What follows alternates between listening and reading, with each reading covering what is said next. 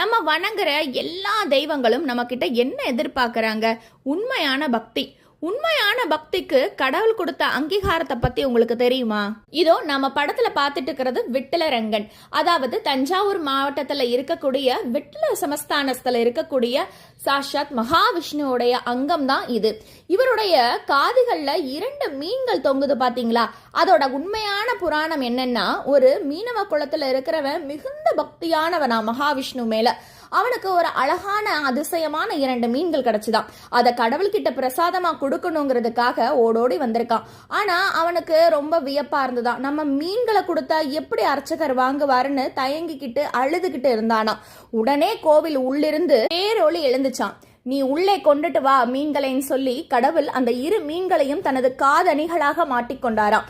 இதோ இந்த நம்ம படத்துல பார்த்துட்டு இருக்கிற இந்த மீனவ பாண்டுரங்கன் தான் நம்மளுடைய சாட்சாத் மகாவிஷ்ணு.